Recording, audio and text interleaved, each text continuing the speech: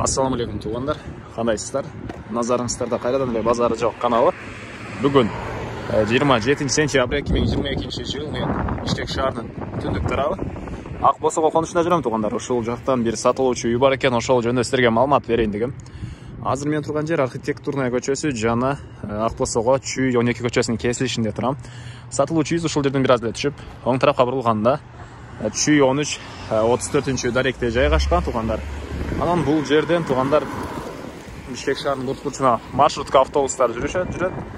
Жана үйүзгө чейин 107 маршрутка менен бара аласыздар. Жана ылдый тарабынан деле аркы көчө менен көптөгөн маршруткалар менен сиздер келсеңиздер болот. Жакын жерде Старый Талчок базары жакын. Анан Дордой базардан анча алыс эмес жерде жайгашкан. Жана ошондой эле Ош базарына бул жерден түз маршрутка менен жана ошо Бишкек шаарынын көптөгөн бурчтарына деле көптөгөн маршруткалар менен барсаңыздар болот. Мына ушундай. Анда мен сатылуучу үйгө карай жол алдым. Силер лайктан басып өз оюңуздарды комментарийге жазып туруңуздар туғандар.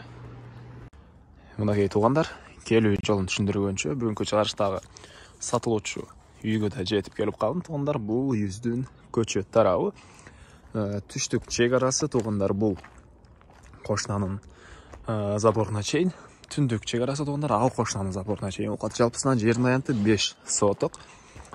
Документтер боюнча кызыл китеп бар экен. Техпаспорт деле алган кыйынчылык туудурбайт дейт.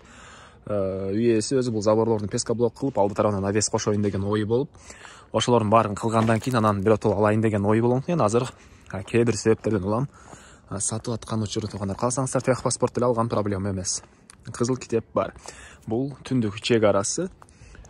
Мына ушундай. Жана бул жакта 107 маршрутканын конечный деле жакын болуп калат. Бул жактагы асфальт көчөгө деле бат эле түшүп барасыздар. Ал жактан дагы көптөгөн маршруткалар Бишкек шаарынын бурчусуна барышат. Жана мен көргөзүп келген жолго деле алыс эмес. Ал жактан дагы көптөгөн маршруткалар Бишкек шаарынын бурчусуна барышат. Старый Талчок базарына жакын. Бул жактан Баят базарына деле бат эле барып каласыздар. Ош базарына түз маршрутка жана Цумга түз маршруткалар бар тугандар. Андан ары Акбосого, Нижний Аларчы, негизи Бишкектин шаарынын өзүндө эле көптөгөн жерлеринде швейный цехтер көп тугандар. Бул Акбосого деле швейный цехтер көп. Окей.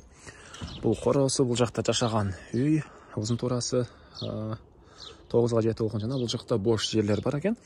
Калсаңыздар швейный цех же болбосо чоңураак помещение салып, квартиранттар үчүн үйлөр салып койсоңуздар деле болгодай көрүнөт. Ушундай оюн үй ээси деле айтты тугандар. Үй жөнүндө айтсак, узун туурасы 9га 7, бышпаган кирпич менен бүтүрүлгөн тугандар, чийки кирпич менен. Мынакей көчө тараптагы чек арага чейин 2,5 метр, 3 метрдей аралык бар тугандар. Алды тарабында көрүп турганыңыздай мондай тротуарлар кылынган. Мына ушундай тугандар. Суусу, свети бар. Үйдө отопление бар, канализациянын суусу септикке куюлат тугандар. Мына ушундай алдарына летний душ. Мына ушундай. Бул жакта жер жемшигинге жерлер. Үйдүн тышкы тарабындагы туалет үйдүн түштүк чыгышында жайгашкан тугандар. Кошуналар менен болгон чек аралар мынакей көрүнүп байкалып эле турат. Көрүп турасыздар ушул жерге чейин. Бул жагында анан склад бүткөн жерге башталат түндүк чек арабыз. Бул жакта 2 склад бар экен тугандар. Мына ушундай. Азыр биринчи эле силерге бул чоң узун туурасы 9га жетип болгон үйүбүздүн ички тарабын көргөзөйүн. Андан соң короосуна чыгып да калган маалыматтарды берем тугандар. Мынакей. Андан ары бул үйүбүздүн кире бериши тугандар, бул чечкен жери.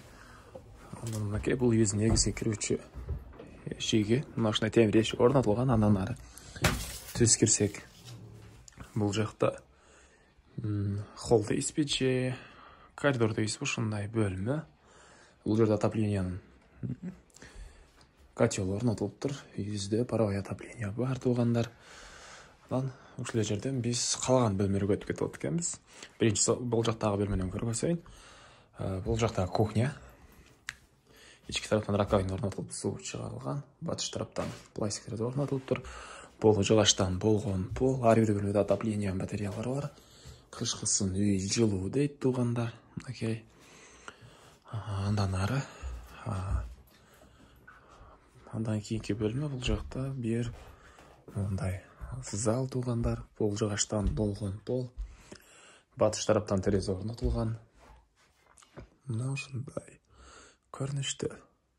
Потолок фанера ДСП. Мына ушундай потолок экен, андан ары кийинки бөлмөнү көргөзөйүн. Бул жакта бир детский бөлмө. Окей.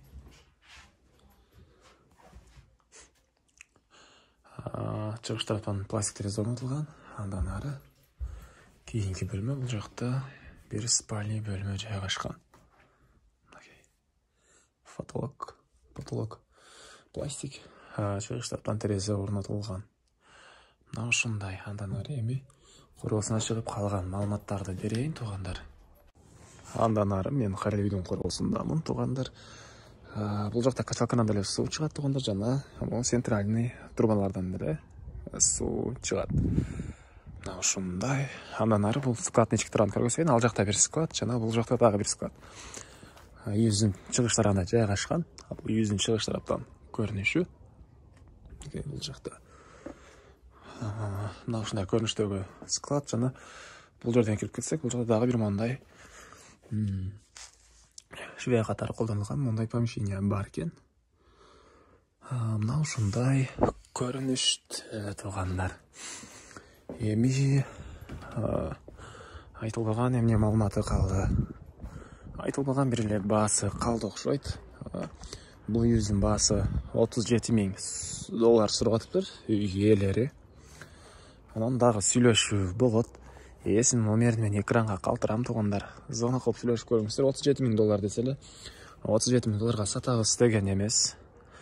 Сүйлөшүп көрүңүздөр. Жакшы эле сүйлөшүү болот, туугандар. Жаккан болсо да сүйлөшүп көрүңүздөр. Жакшы эле сүйлөшүү болот. Анан достор менен, группалар менен бөлүшүп койсоңуздар, бул үй ээсине, мага, анан кимдир бирөө ушул сыяктуу үй издеген болсо, ошол адамга силер чоң жардам берген болосуздар. Анда эмесе мен силер менен коштошом. Кийинки чыгарышка чейин, туугандар, саламатта калыңыздар.